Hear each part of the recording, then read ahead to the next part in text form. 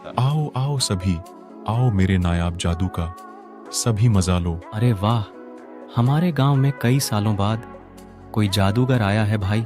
मैं ऐसा जादू कर सकता हूँ जो कोई जादूगर नहीं कर सकता। मैं चाहूँ तो इस पत्थर को तुम लोगों के सामने अभी इसे एक पक्षी बना दूं। देखते इस पुराने पत्थर को एक सुंदर पक्षी बना देता। मैं चाहूँ तो इस पक्षी को भी मैं जादू से एक भालू बना सकता हूँ। हमें अपनी आंखों पर यकीन नहीं हो रहा कि कोई ऐसा भी जादू कर सकता है। इतना बोलते ही ये जादूगर फिर से जादू करता और इस पक्षी को देखते ही देखते इसको एक सुंदर और प्यारा भालू बना देता। मान गए भाई, तुम्हारे जादू को क्या गजब का जादू दिखाते हो। ये जादू अगर हमारे गांव के बच्चे देख लिए तो वो दिन भर जादू देखने में ही बिता देंगे। हम कल फिर से तुम्हारे पास आएंगे और अपने बच्चों को लेकर आएंगे ताकि वो लोग भी तुम्हारी जादूगरी का आनंद ले सके।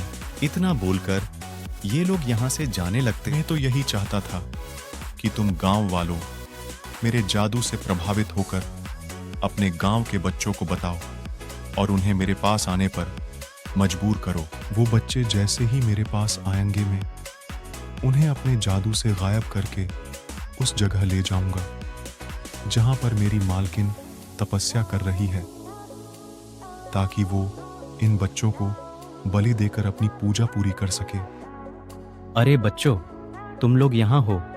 तुम्हें पता है हमारे गांव में एक जादूगर आया है जो पत्थर से पक्षी बना सकता है और पक्षी से एक भालू। वो बहुत तरह के जादू जानता है।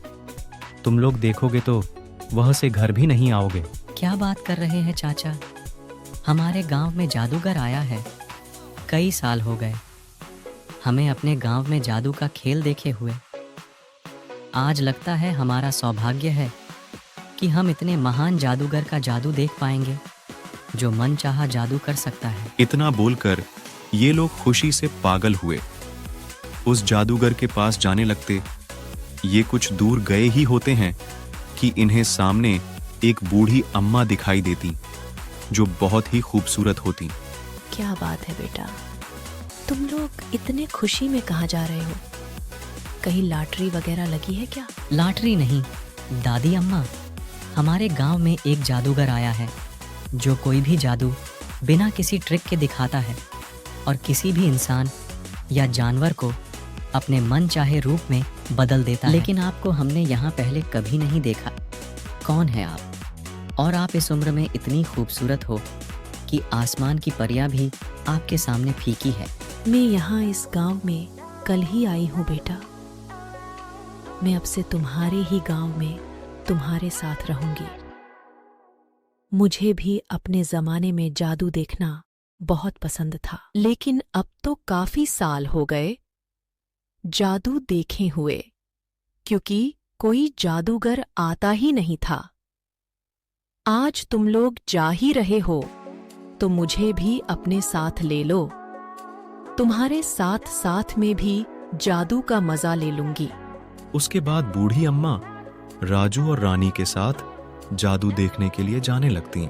आओ बच्चों, में तुम लोगों का इंतजार कर रहा था कि कब तुम लोग आओ और मैं तुम्हें अपना जादू दिखाऊं।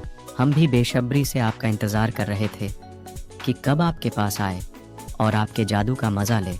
मैंने सोचा था सिर्फ बच्चे जादू देखने आएंगे, ये बुढ़िया कहाँ से आ गई। ऐसे में बच्चों को कैसे गायब करके अपने मालकिन के पास भेजूंगा, और आज इनकी बलि नहीं दी गई तो मालकिन की पूजा पूरी नहीं हो पाएगी। इसलिए तुम्हें आई हूँ पाखंडी जादूगर, क्योंकि मैं तुम्हारी सारी सच्चाई जान चुकी थी कि तुम यहाँ क्यों और किसके कहने पर आए हो। अच्छा, तो तुम यहाँ इसलिए आए हो ताकि तुम इन बच्चों की बलि दे सको, लेकिन मेरे रहते तुम उनका एक बाल भी बांका नहीं कर पाओगे। मैं भी देखती हूँ तुम क्या करते हो। एक काम करता हूँ, मैं इन्हें अभी ही गायब करके बलि के लिए भेज देता है। वैसे भी ये एक बरिया है, क्या ही कर लेगी।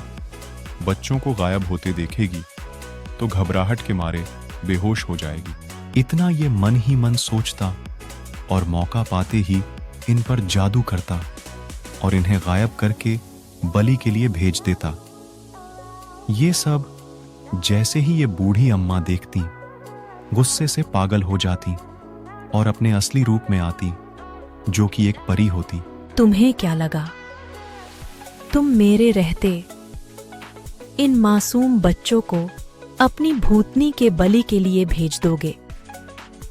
बच्चे भगवान का रूप होते हैं, लेकिन तुम जैसे दरिंदे अपनी शक्तियों का गलत इस्तेमाल करके लोगों को हानि पहुंचाते हो। आप साक्षात, यहां मुझे यकीन नहीं हो रहा। हमें माफ कर दीजिए। परी, मैंने जो कुछ भी किया अपनी मालकिन के कहने पर किया। मुझे माफ कर दो, मुझे कुछ मत करना। ये जैसे ही इतना बोलता, गुस्से में बौखलाई परी इस जादूगर पर हमला कर देती, जिसे देखते ही देखते जादूगर वहीं जलकर भस्म हो जाता और जादूगर के मरते ही राजू और रानी वापस से यहां आ जाते।